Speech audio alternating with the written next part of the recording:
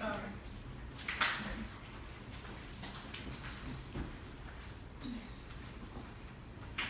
guys, so today I'm going to be talking to you guys about autism and its spectrum. This will be the informative speech. Let's begin. So it's going to be broken down into 4 subheadings, into how it's characterized, its causes, its diagnosis, and its treatment. So what is autism? Autism is known as a neurobehavioral condition that impairs social interaction, and it involves communication skills that get impaired. We tend to see a lot of children with this. Usually adults tend to outgrow it and they know how to handle it. But children who have this tend to have a lot of hand flapping. They tend to be socially awkward, what we consider socially awkward, because they don't know how to interact with other children. Sometimes they walk on tippy toes. That's one of the first signs that we see in these type of children. They're unaware of their surroundings, and sometimes you see that they don't know their depth perception. They go into, they don't really know what's around them, and they'll hit random things. They tend to be a little bit aggressive, and they have self-injurious behaviors towards themselves because they don't know how to communicate. So they get very frustrated. So they just hit themselves, or they throw tantrums, because usually these kids, when they have autism, they're nonverbal, so they cannot talk at all. Some, the high-functioning ones, they are able to communicate and talk, but usually when they're first diagnosed, they cannot talk at all, and so they have what we call tantrums.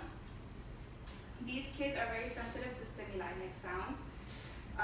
When you see these children, sometimes you'll see them, if you're in the airport or if you're at a party, they'll cover their ears because it really bothers them.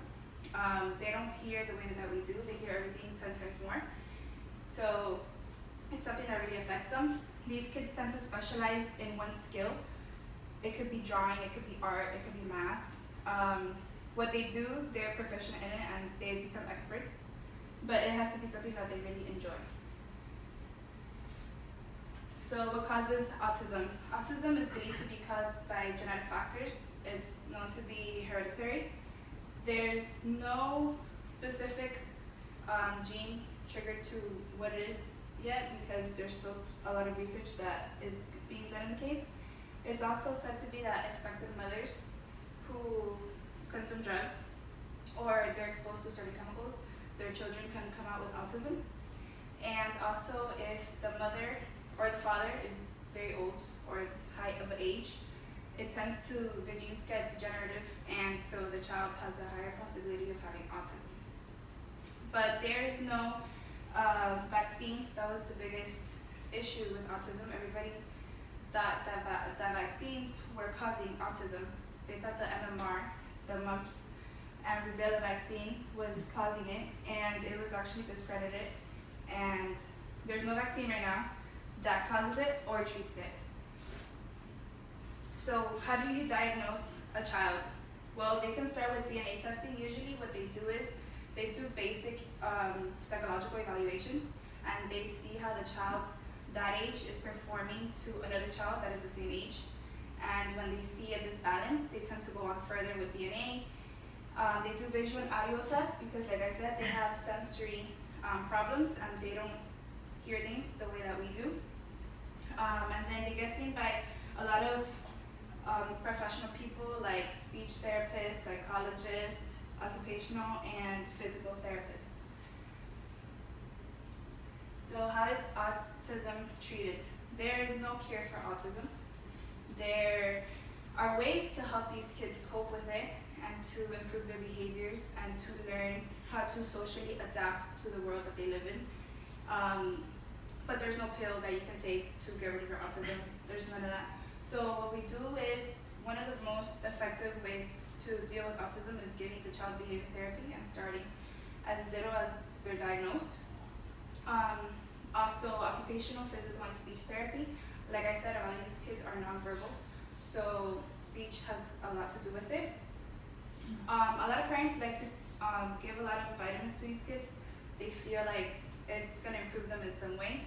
Also, a lot of parents believe that these kids have metal in their brains, and they do what they call chelation therapy, which is a therapy that they remove all the metals from the child's brain, and supposedly it helps reduce their behaviors, and they change a little bit. Also, what we call gluten, a gluten diet. A lot of parents think gluten affects, it doesn't cause autism, but it affects the child who already has autism.